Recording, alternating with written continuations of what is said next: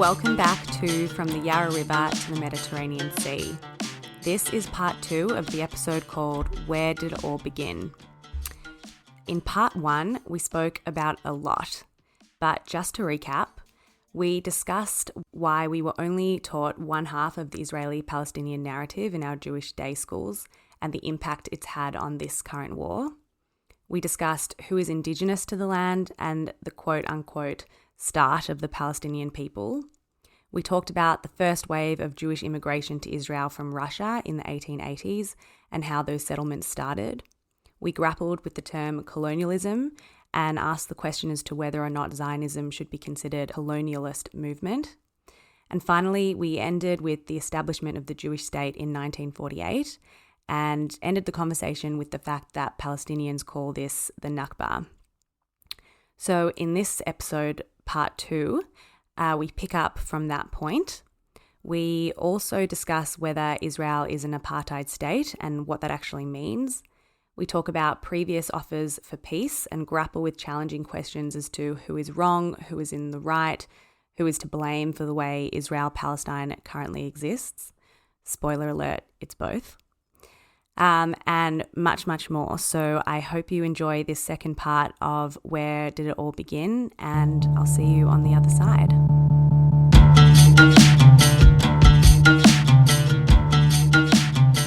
Why do you think you never heard about the Nakba before 6 weeks ago? Oh my God. I don't know. I feel so sick even saying it. I don't know. I was never taught it.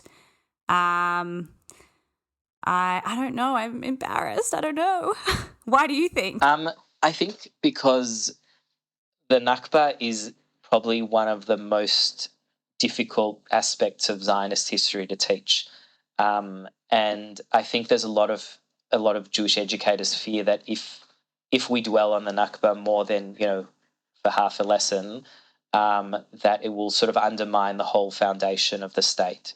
For those that aren't familiar with the Nakba, I'll just say a couple of sentences. So the Nakba is an Arabic word that means catastrophe.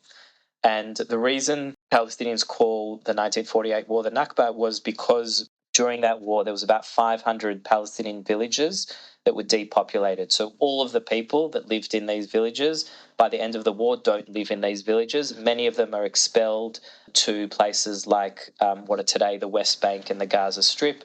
It's about 20,000 people are killed also during the Nakba, and there's about 700 to 800,000 people made refugees. And so the Nakba for them is the end of their dream. It's the end of their homeland. It's the end of the lives that they lived in all of these villages. And then after the Nakba, all of these villages get Jewish names. So the names are changed. In fact, you'll go to many of these places where these villages existed and there's no signs that there was once a Palestinian village there. And Nakba is mourned. There's a Nakba Day on May 15th where the Palestinians, grieve the loss of all of the things they lost in 1948. Within the Israeli narrative, the Nakba, or what Israelis call it, which is Milchemet Atzmaut, the War of Independence, is seen as a war for survival. It's seen as a war that was essential. It's seen as a war that, if it hadn't happened, there wouldn't be a Jewish state today. And it's also seen as a war of ein brera. There's no option. Because the Arab armies, were obviously threatening Jewish lives and the moshavim and the kibbutzim and, what had been built here between 1948. Israelis viewed the war as a war of self-defense and a sense of, if we don't defend against all these people who are going to kill us, there's not going to be a Jewish state here. But I think the real Nakba is actually not 1948. It's really 1950. And the reason it's 1950 is because one of the first laws passed in Israel is called the infiltration law. And it's a law that says that anyone who left their home in 1948 is not able to return. That if they return, they're considered to be an infiltrator. And so what that means is that the land that the Palestinians left becomes land that belongs to the state, and then eventually that's given to Jewish immigrants from all over the world. And if in 1950 Israel had let the Palestinians return, then the Nakba would have been terrible, but there would have still been, all those Arabs would have been able to come back home. But because Israel didn't let them return, that's really what created the Nakba for Palestinians. Now, Israel's argument for not letting the Palestinians return in 1948 was, well, we were, as I mentioned, 8% of the population in 1882. By the end of the war in 1948, we're 80% of the population. And if we want to stay as a Jewish majority, we can't let in 700,000 people come back to their homes. So in order to preserve a Jewish majority, then those Palestinians are not able to return to their homes. And then that enables Israel to exist as a state with a Jewish majority. But that is the loss of the Palestinian people that they grieve unto this very day.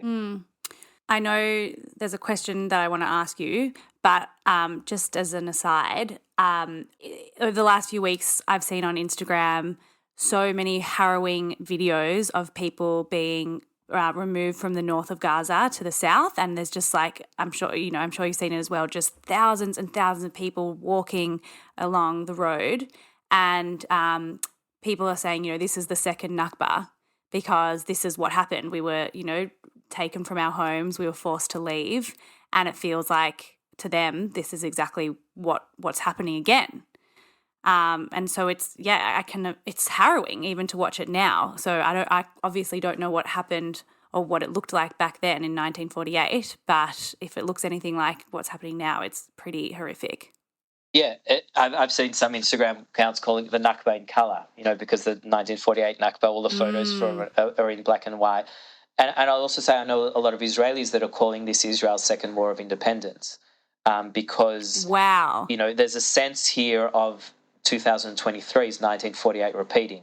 For Israelis after the Hamas attack on October 7th, there's a sense of if we don't remove Hamas from power, then we can't live here anymore. Then Zionism, then Jewish life in the land of Israel is not viable.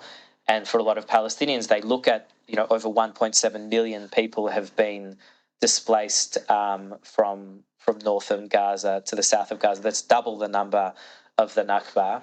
And so they're saying, and also you've got various Israeli ministers like Avi Dichter, calling for a second Nakba as well. So they look at this and they experience this as a Nakba. And then I'll also add to this the other event we spoke about, which is the Holocaust. The nature of the attacks on October 7th for many Jews, and I think rightly so, felt like another Holocaust. The way people were burned and beheaded and raped and, all of these horrific attacks. And so, 2023 has brought back all of our deepest, darkest fears of history into reality again, and maybe that's why we're having this conversation now. And I can very much understand why those historical analogies are being made, because it's what we see happening around us.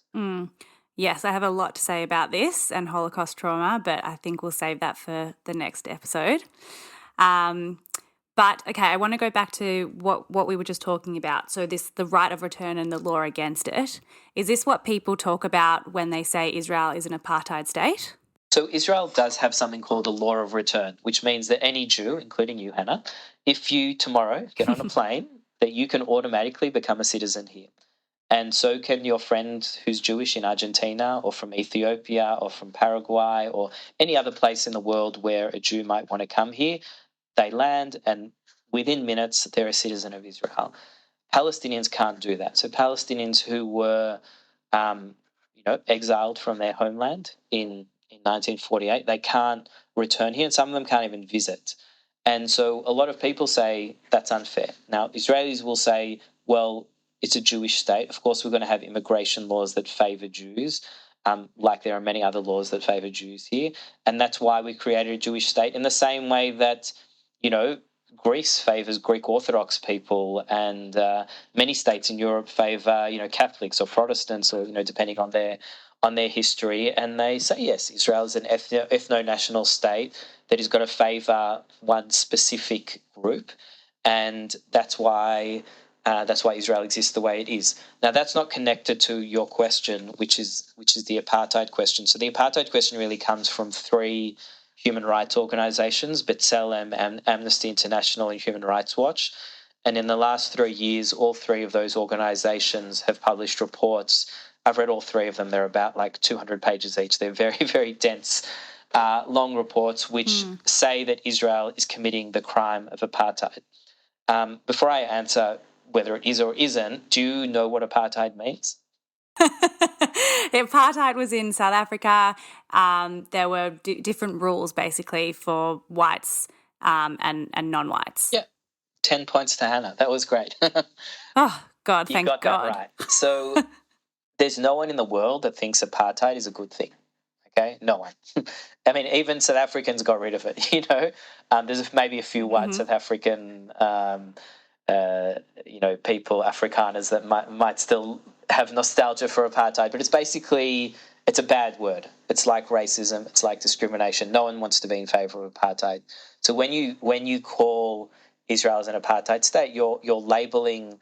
You're connecting Israel to a word that I guess no one wants to be connected to that word. Because apartheid in South Africa was so horrible, there were also these things called the Bantustans, where basically all the blacks lived in various townships like, Soweto. And on the other hand, you had, the whites living in Johannesburg in big houses. And there was this real sense of all of the opportunity was offered to white people and none of the opportunity was offered to black people, both out of a sense of the whites felt religiously that, God wanted them to be, ruling South Africa, and also out of a sense of, they claimed that the black people were terrorists and that's why they had to have all these pass laws and ID laws and keep them in these separate Bantustans. And so people today look at not so much the situation in Israel, but the situation in the West Bank, where the West Bank is divided into areas A, B, and C. And there's already 99 different permits that Palestinians need to travel, to work, to get married, to buy property, to do all of these sorts of things. And they say that the Israeli control over the West Bank is a system that kind of looks a bit like the Bantustan system. And so therefore they apply the word apartheid to Israel. Israel argues in response that, firstly, within the 1967 borders, Israel isn't an apartheid state, that Arabs do have the right to vote and work and have many of the rights that Jews do have, maybe not all of them, but almost all of them. And within the 1967, beyond the 1967 borders, Israel will argue, yes, there's obviously discrimination where settlers have more rights than do Arabs, but Israel argues that's only for security purposes. Other people would say, well, it's not really just for security purposes, it's also done for religious reasons. So a lot of Jews who live in the West Bank live there because they believe that Hashem promised the land to us, and that Jews therefore have a biblical obligation to settle every inch of Eretz Israel. And famously, Naftali Bennett would always say, a former Prime Minister of Israel, a Jew can't be a colonizer in the promised land, like in Eretz Israel. Like we can't be doing this in our land because it's ours. God promised it to us. How could you say that we don't belong here? But the fact that, let's say a Jew who lives in Efrat, which is a Jewish settlement, and a Palestinian that lives in Bethlehem, they only live a few kilometres apart from each other, but they have different court systems. If both of them commit a crime, they'll face different penalties. Their whole rights, the Jew who lives in Efrat can vote in an Israeli election, even though he doesn't live in Israel. The Palestinian that lives in Bethlehem can't vote for the Knesset, even though he's subject to the laws that are passed by the Knesset. A Jew who lives in Efrat can marry a Jew who lives in Jerusalem, and that's totally normal. But a Palestinian that lives in Bethlehem can't marry a Palestinian that lives in Haifa. He can't get citizenship to move into the state of Israel because of the citizenship law. So there's many laws that discriminate against Palestinians over Jews who live in the West Bank, and that's where this apartheid label comes in, and that's how it sort of got ascribed to Israel from these various human rights reports, because they claim that in the West Bank there is a system that privileges Israelis over Palestinians. Again, it's not a racial system like in South Africa, but it is based on nationality. I have so many questions again. This is going to be a long podcast. Okay, two things. Firstly, just with respect to in the West Bank, for the listeners, I'm going to, ruin the idea of podcasting that this is like totally off the cuff, but I'm looking here at this table that Itai sent me, and it has a list of all different things that relate to settlers and things that relate to Palestinians. So a lot of those that you were just talking about, but I want to specifically just read out some of them because I didn't know this. So after a crime is committed, this is all in the West Bank, a settler will go to trial before Israeli civil court, and Palestinians, if they commit a crime, they go to military court. What's military court? A military court is a court that has 3 judges. One and those 3 judges are one is a judge and 2 of them are officers in the Israeli Defense Forces. And it's not a court. It's a court that runs in Hebrew. It's a court that has about a 99% conviction rate. It's a court that very rarely is seen as, I guess, being objective in terms of Palestinians for achieving justice, as opposed to an Israeli civil court where you're much more likely to have, a fair trial as opposed to a military court. So on that, access to legal counsel, settlers get it immediately and Palestinians get it within 90 days. Yeah, no. So a lot of Palestinians, they can also, in addition to, there's another one here that if an Israeli is arrested, usually within a couple of days they'll be told what they're arrested for. They'll say you're charged with this crime, and then you can make a case to defend yourself. A lot of Palestinians are arrested and they're not told what the crime is, and so it's almost impossible to defend yourself, or you don't know what the crime is that you've committed, and that's something called administrative detention.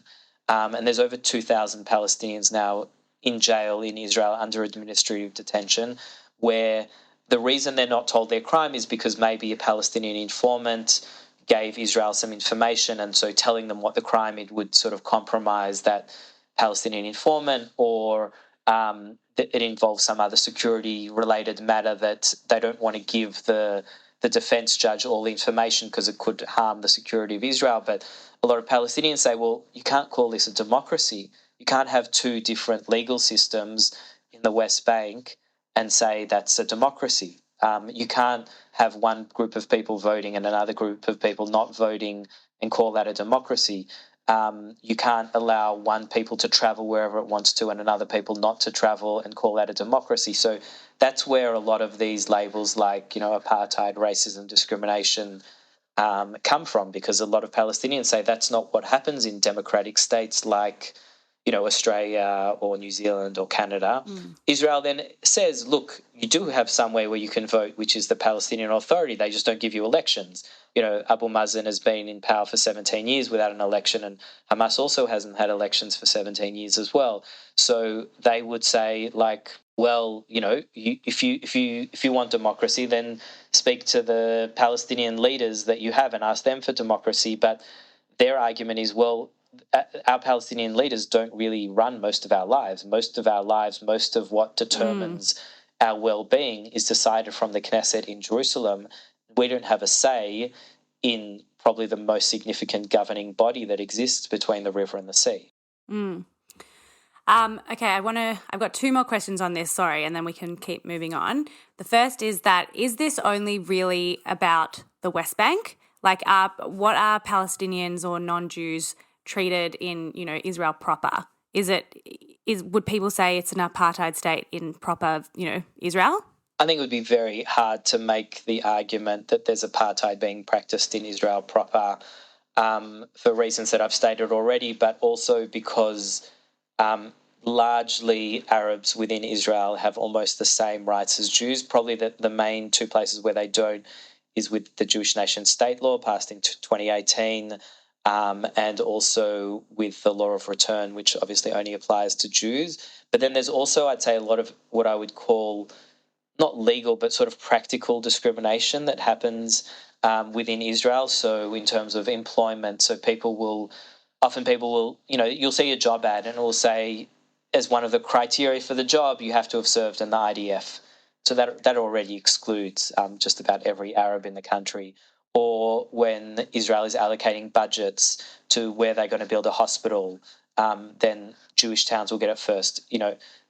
I'll just give you a simple example. Arabs are 20% of the population in Israel. There's not one train station in an Arab village. How could that be? How could you make a whole train network and not think, Bakal Garbia deserves a train station?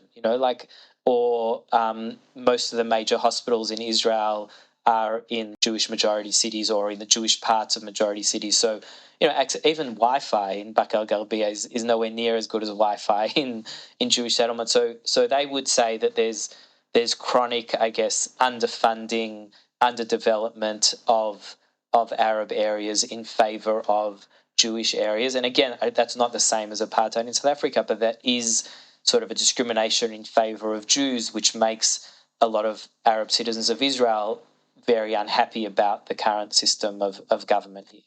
Mm-hmm. Okay. And my second question is back to the West Bank. And so, yeah, I can understand why people say what's happening in the West Bank is apartheid. Something that I saw when I went there on one of the Breaking the Silences tours is just the heavy IDF presence that is there. And I'm not sure whether that's, you'll have to remind me about whether that's because it was in one of the areas where it's shared between Palestinians there and Hebron, Jews. Hebron or Al-Khalidi, Yeah, or something somewhere near there. But there's just like a really, really heavy IDF presence there. And they're basically there just to, I don't know if it's intimidate or scare Palestinians, make sure they're not, acting up in quotation marks. They're just like, around outside their houses, sometimes, going into houses without search warrants or things like that.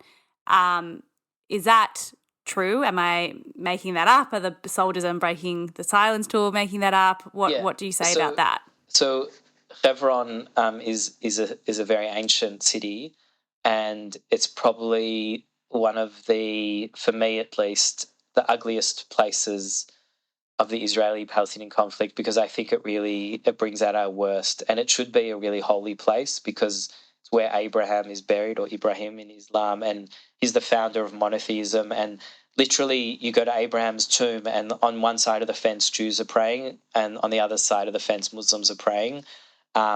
Obviously, after the Baruch Goldstein massacre there in 1994, that's become a very, very tense place. And there's constant clashes between the two populations there. And I often think, if Abraham was alive today, if he's looking down from heaven and he's seeing, the children of Isaac and the children of Ishmael, what they're doing over Hebron, I think he could only cry. It's just heartbreaking how it's become a city where there's so much violence and there's so many division and so much walls. And I think that's why, if you want to learn about the occupation, you go to Hebron. And when Breaking the Silence do tours there, I think what they're trying to show you is the main street, which was Shuhada Street, which used to be like a market, like Machnei Yehuda, lively and filled with people for, almost over 20 years now, is basically a ghost town. Like, you walk through it and only Jews can go through, and many shops are closed. And Hebron has a very small Jewish settlement of about 400 people, and there's a larger settlement next to it called Kiryat Arba, where Itamar Ben-Gvir lives. And there's an immense amount of security there to defend the lives of a very, very small Jewish group who make the lives of Palestinians around them miserable.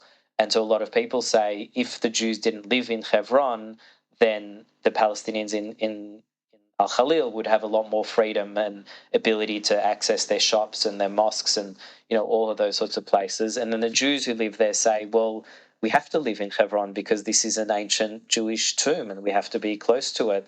And if we need lots of security, then so be it. But the kind of Jews that live there often tend to be the most, extremist and radical of the Jews. And also the Palestinians that live in Al-Khalil tend to be also the most extreme of the Palestinians. And that causes, obviously, to make Hebron a very, very unpleasant place. And I wish it wasn't that way. Mm. Is it only in Hebron, or is it like my understanding was, on that tour, I don't think I actually went to Hebron. I went to another settlement, and it was like it used to be a Palestinian community, and then it got taken over by a Jewish settlement, and a whole settlement was built basically where that Palestinian community is, and now they basically just live in tents, kind of. There's no actual community. The settlement was built on their water supply, so they didn't have access to water. They have to walk like a day to get water and then bring it back. And around that little community this is what they said, that there's often just IDF soldiers coming in and checking on them, not in like a safety way, kind of like in an intimidation way, because they live so close to the settlement and they just, don't want any, they don't want any uprising or resistance or whatever. Yes, I don't know the exact place you're talking about, but it sounds like you're talking about something in Area C. And in Area C, that's a very common story where there are Palestinian villages have been depopulated for various reasons. Masafiriata is probably one that's undergoing that at the moment. That's been in the news a lot, and yeah, the IDF is there obviously primarily to care for Jewish interests and Jewish lives, and the Palestinians don't have an army that can look after them and their well-being and protect their land and their olive groves and their sheep and whatever homes that they have in those places. And so, yeah, there's a great sense of oppression that they feel in the West Bank, and that obviously generates a lot of anger towards not just towards the settlers, but towards all Israelis and sometimes towards all Jews. Okay, yeah, that is definitely some stuff I did know and some I didn't. And something that I think a lot of people are wondering, definitely I am, is could you have seen Israel turning out a different way? Like, why did it actually turn out this way, and could it have been different, even from 1948? There's lots of ways it could have been different, but unfortunately, I don't have the power to change the past. I can only change the future in my limited ability. But I often think when I'm asked that question about the first ever exchange of letters between a Palestinian and a Zionist, it happened in 1899, over 120 years ago, where Youssuf Pasha Al-Khalidi, who was later on the mayor of Jerusalem, he wrote a letter to Theodore Hertzl, and he said to him the following, as he sort of got wind of the fact that the Jews were keen on establishing a state here, and he said, "Who can deny the rights of the Jews to Palestine? My God, historically, it is also your country. However, since Palestine is already inhabited, Zionists should find another place for the implementation of their political goals. In the name of God, let Palestine be left alone." It's quite an amazing letter, because what Khalidi is saying to him is, on the one hand, I know why you guys want to be here. I know that you have a historic connection to this place, and I can't deny that you belong here. But on the other hand, I want you to know that there's already another people here, already in 1899, and please just set up this state of yours somewhere else. So Hertzl wrote back to him a week later. Before I tell you what Hertzl wrote, what do you think Hertzl wrote back? And Hertzl takes the letter quite seriously. Oh my God. You're such a teacher, Itai, asking me the questions. This is not a classroom. This is a podcast, and I am interviewing you. Yeah. I don't know what Hertzl said. You tell me. All right, this is what Hertzl says. He says, okay, when immigration is permitted that allows Jews to bring their intelligence, financial acumen, and entrepreneurial skills to the land, I have no doubt that the welfare of the nation as a whole will benefit, and this will cause gladness. The holy places are not exclusive to one faith, one race, or one people. The holy places are and will remain holy for the entire world. If the Zionists are not welcome, we will search, and believe me, we will find somewhere else if needed. So, wait, he says, when immigration is permitted that allows Jews to bring their intelligence, financial acumen, and entrepreneurial skills to the land, I have no doubt that the welfare of the nation as a whole benefit and cause gladness. Sorry, but that does sound a bit colonialist to me, doesn't it? Or a bit like we're a Western idea, bringing it like the Westerns are better and we're going to bring our intelligence and financial acumen to another country. Look, it sounds like something you would read in Startup Nation.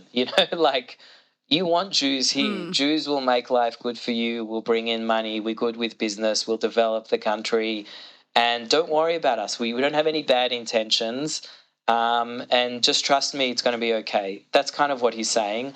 And then the second part, which I found fascinating when I first read the letter, was, but also we're not here to start a fight, and if it doesn't work out, we'll go somewhere else. And maybe Hertzl's already thinking of Uganda. And the reason I find this letter fascinating is because it has two things that all Palestinians and Israelis say today, and two things that Palestinians and Israelis never say today. The two things it has that a lot of Palestinians and Israelis say today is, one, Al-Khalidi telling Hertzl, Palestine has people in it. We are here. We're a nation. You should see us as a nation and remember that you're trying to establish a national home in someone else's country. And the thing that Jews often say to Palestinians is, you're better off with us than with the Jordanians or with the Egyptians or with the Saudis or with the Syrians or with the Lebanese. And like, it's going to be good for you here and you should be happy to be here. So that's arguments that you've heard for 120 years and you're still here today. The bit that you don't hear that's in these two letters is fascinating. The bit that you don't hear is the bit where Khalidi says, I acknowledge that you belong here. I know that the Jews have a connection to this place. Today, you don't hear many Palestinians saying, we acknowledge, the historic Jewish connection. We acknowledge your indigenous connection to that. You don't hear that anymore. But Khalidi could say that in 1899. And the other thing that Hertzl says to Khalidi, which Jews don't say anymore, is, if Zionism bothers you, we'll go somewhere else. We don't say that anymore. We're here to stay. And I think this letter is fascinating. And whenever I teach, courses on Israeli, Zionist Palestinian history, I often start or end with this letter, is because I think it frames so much of what we're talking about today over this, I guess, this contest over the Palestinians obviously being here as a majority for far, far longer than the Jews have been here as a majority, and very much seeing Zionism as something that ruined their lives and that took their homeland away from them, and Zionists saying, well, we only came here to do good, and the Palestinians obviously not experiencing that as good. And I think really any conversation between Israelis and Palestinians, even to this day, often starts from those two premises, and I think both of them need a lot of unpacking in order for us to be able to live together here in peace. Oh, powerful, very, very powerful. I'm going to end just on one last question, because it's something that when I've been talking about the history and how we got here with people always say that, the Palestinians have been offered peaceful resolution so many times and they've always said no. They were offered a two-state solution in the Peel Commission, then by the United Nations in 1947, and then after that there were other offer or peace talks like the Oslo Accords, and it was that with Yitzhak Rabin, I think. And every time they're offered a state of their own, they say no. So I just want to finish off this particular episode and for the history to kind of explain that, and if you can just talk me through that. Yeah.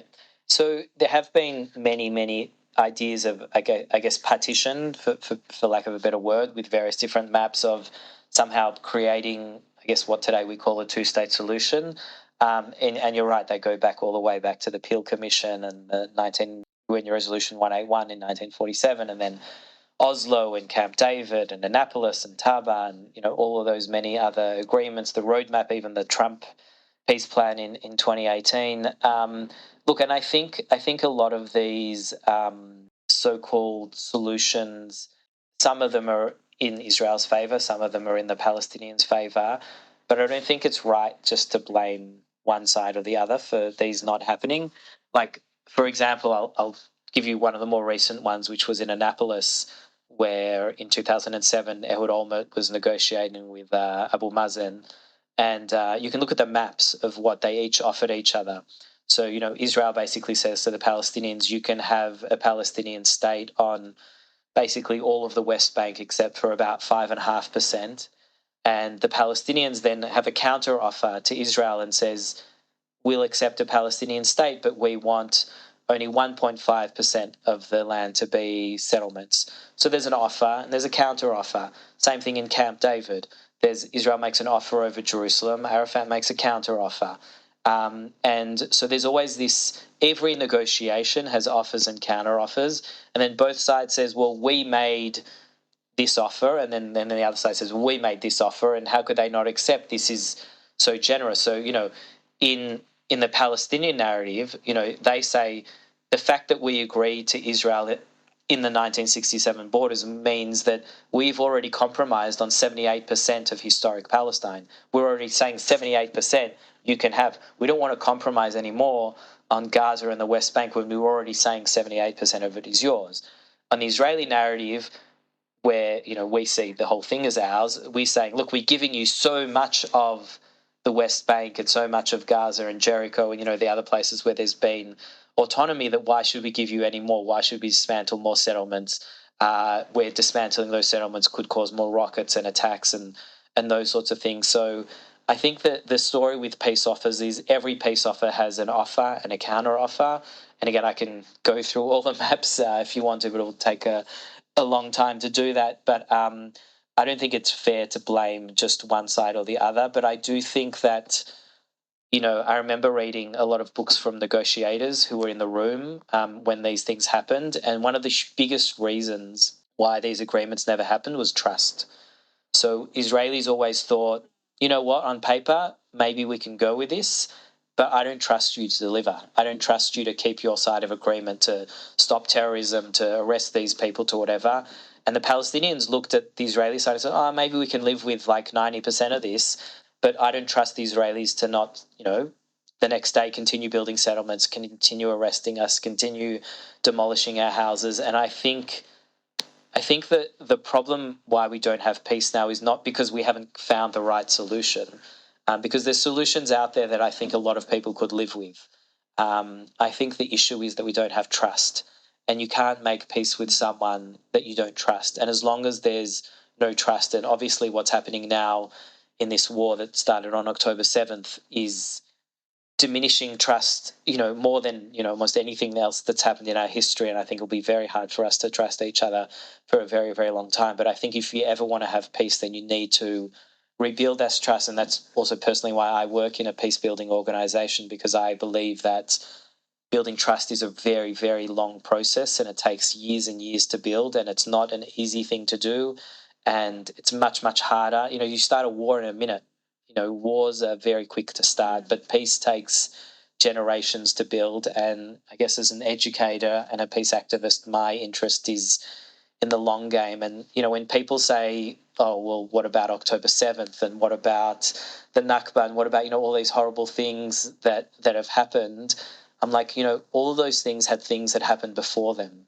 So we now exist because of education systems that we've had here, and because of incitement and demonization, where for years we've learned that the other side doesn't want peace, and the other side doesn't want to compromise, and the other side's a colonizer and a terrorist, and, all those sorts of things.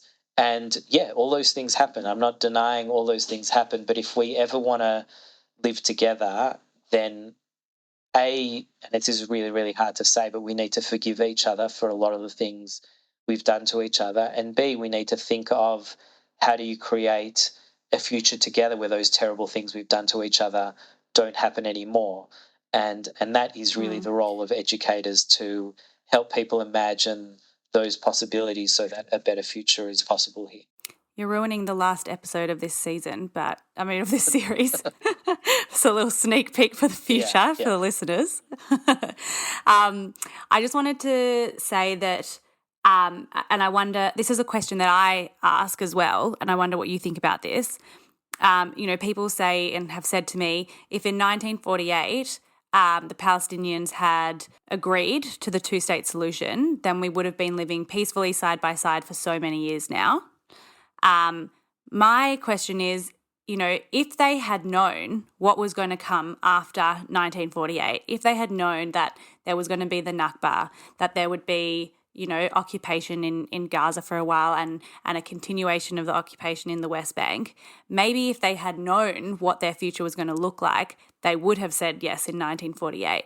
But at that time, they didn't have that foresight. They didn't know that that was going to happen.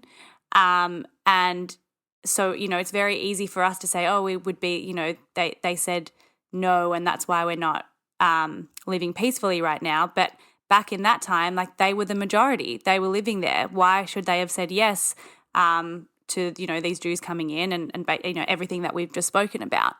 So what, you know, is that a fair summary of why they would have said no, and it's not really very fair to say they shouldn't have said no? Look, I think maybe in hindsight, some Palestinians would look at what they were offered in 1947 for the size of an Arab state, which is much larger than any other subsequent peace offer, and say, yeah, that would have been great, and they'd happily take that today. But that didn't happen. And as I said, you know, I can't change the past, but I also think there's always a gap here between what we want and what's possible, or a dream and a reality, you know. And I think, you know, we call this podcast From the River to the Sea. There's always been a Palestinian dream here to be the sole independent sovereign here from the river to the sea. And there's also, you know, a Jewish dream to be the sole independent sovereign here from the river to the sea. And on both sides, there's a feeling that giving up an inch of that, saying to the other side, this doesn't belong to me, this belongs to you. You can put your flag here. You can put your synagogue there, your mosque there, your whatever there, is saying this doesn't belong to me anymore. And I think compromise, I'm a Western liberal kind of person, and I think compromise is a wonderful thing. And I know that for a lot of people here, compromise is seen as weakness and even betrayal in some cases. And I think a lot of reasons why peace agreements didn't happen is because both Israeli and Palestinian societies, there's a very strong opposition to compromising on very fundamental things like Al-Aqsa, like the Old City, like the Kotel, like the right of return, like our national flag, our anthem, our, you know, these fundamental symbols that peace might change those symbols. People don't want to compromise on those things. And so, yes, if compromise had happened before, then, yeah, for sure we wouldn't be in the situation we are. But on the other hand, who knows, maybe those compromises could have happened and then other problems could have emerged as well. So again, they're really impossible questions to ask. But I really feel that going forward, we need to, and I know this is like an impossible thing, and we'll talk about this in the last podcast a bit more, but like, you know, this notion of compromise is not something you do when you lose. Compromise is something you do when you win. And if we can bring in that idea that my winning doesn't need to come at the expense of someone else's losing, and there are many solutions that do that. Again, we'll talk about that in the last episode. Then that could radically change our lives here. But for now, you know, we're stuck in a cycle of victimhood, and there's so much pain and so many bereaved mothers and fathers who are burying their children as we speak because of things that are just too horrifying to imagine. And I want that to stop.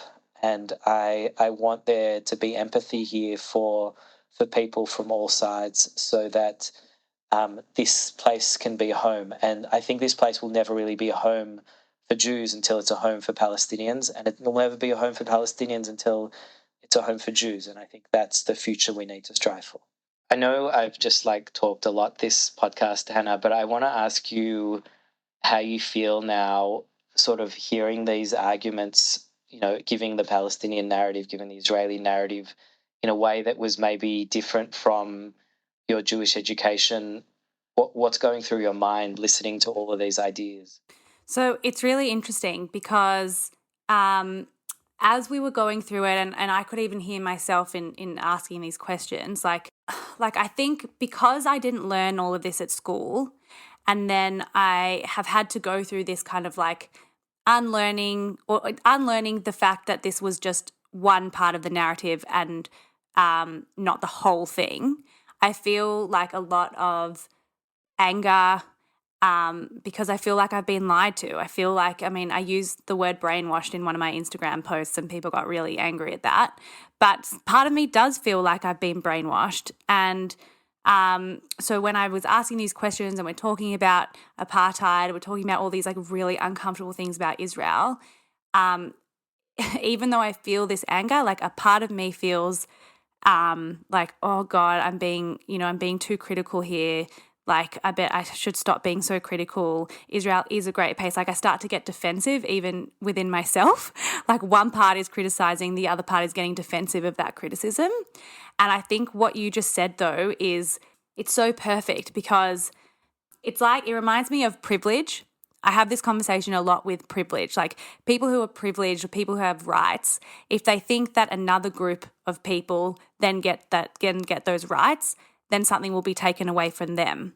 But actually, we can all have rights. Just because another group has rights doesn't mean that it takes away from another person's rights. We can all have this privilege.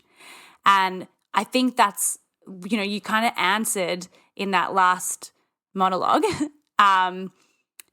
You kind of like put together those two sides of me, like the criticism side and the side that then starts defending. It's like, hold on a second, like I can criticize and also feel proud of a place and feel a connection to this place, because I clearly do. Like, even if I'm angry that I didn't get taught this, and I feel like, so appalled by things that I've learned about the apartheid, and it's I hate it. I really, really hate it. But the reason why I hate it is because I care about this place so much. I want it to be better.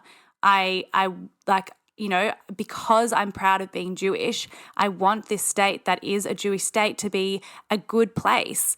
And I think, exactly what you said, like, if we can make it better for Palestinians, then it will be better for Jews.